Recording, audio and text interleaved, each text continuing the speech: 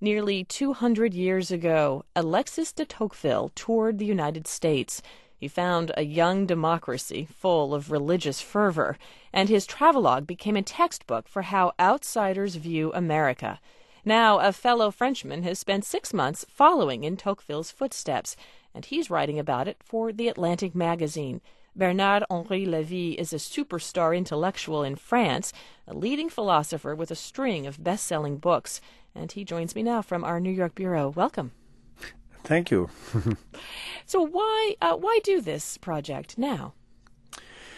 It is such a special time in the history of this country and in the history of the relationship of this country with the rest of the world that it seemed to me that it was the right moment to come and to try to see what exactly is happening in the depth of this country. I presume you picked up Democracy in America and perhaps read or reread it? I had it in my pocket all time during I crossed 25,000 miles in the country, and all this time I had a pen in my right hand and Tocqueville in the left hand. And one of the game was to see how far Alexis de Tocqueville did foresee what is happening today in America and how far he did not. And what did you find? He did a lot. There are a lot of things which are really well seen and well done in the Tocqueville book. You just spoke about the religious fervor, the very important religious dimension of the democracy in America at his time, true at the time of today. He spoke about the tyranny of majority, who was, on his opinion, a permanent risk for any democracy and for this one in particular, and so on. In what sense do you see that, the tyranny of the majority? When you go, for instance, in the Mall of America in Minneapolis, this huge building with a sort of fake life inside, with a sort of uniformized taste, conformity, herd mentality, all this sounds like a modern tyranny of majority. Although these are the aspects of American life which are getting exported everywhere. I mean, there's McDonald's in France, n'est-ce pas? Of course, yes. This is not the best of America. I tried in this series, in this adventure, in this experience, I tried to get rid of all the cliches, the commonplaces, and I tried to see this country as it is. As it is, it's a great country. And I love it. I loved it before, and I would say that I love it even more after than before. But you have also some dark sides. And I try in this long story not to hide these and not to hide those. Tell me what stands out for you when you speak of the dark sides. This uniformization and modern tyranny of majority, some excesses in the growth of Puritanism. I have nothing against religion, but when you see those real mega church where you have 10,000 people gathering like for a concert of rock and roll, when you see them considering God as a sort of good buddy, your best buddy, who helps you to get fit and who helps you to lose weight and so on, there is something which is going wrong. One of the more positive experiences you had was when you went to Dearborn, Michigan, which has a large Arab American community.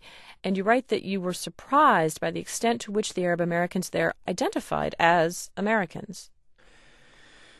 I saw that all over the country, and this for us, for Europeans and for French, who have such a problem of integration, such a problem with many of our migrants, this is a great example. When I was in Dearborn, I met some people.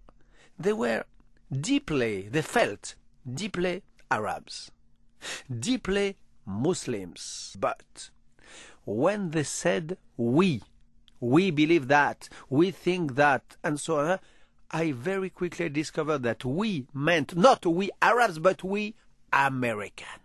And why do you think that is? I think that is because you have great institutions, because you had great father founders, and because you had some people who made live the message of the founding fathers. I give you another example. I spent a lot of my time in the South. I came there with the cliché of the stupid, redneck, white man, racist, drunk, and racist. I had this idea of the South, idea coming from the cliché, and also idea coming from the literature. Flannery O'Connor, William Faulkner, to quote the best and the highest. My surprise was to what extent the fight for the civil rights has succeeded. The message of Martin Luther King has succeeded today. I don't say that there is no longer one racist in the South, of course not. But it is another South. 40 years ago they were bragging. Now they are on the defense. You might have no more racists in Alabama and in Tennessee than in France or in Germany. It strikes me that today, as compared with 1831, when Alexis de Tocqueville was making his voyage, more Americans travel more widely. Many go abroad. They go to France. They go to other places, and they can see the United States from a different perspective, an outsider's perspective. Is there, not to knock your observations here, but is there perhaps less need for this outsider's observations on America today? Maybe. I don't know. I hope so. The thing which is true is that America, you said they travel abroad, of course, but they travel inside. And that is the thing which struck me. Inside America. Inside America. One of the sentences I heard more often during this year is the sentence, keep moving. Everywhere you are told, keep moving. But in France, we have houses deeply rooted on the soil, as if they were built for eternity. In America, they seem so often already on the process of moving, already on the process of being not uprooted, but put a little further.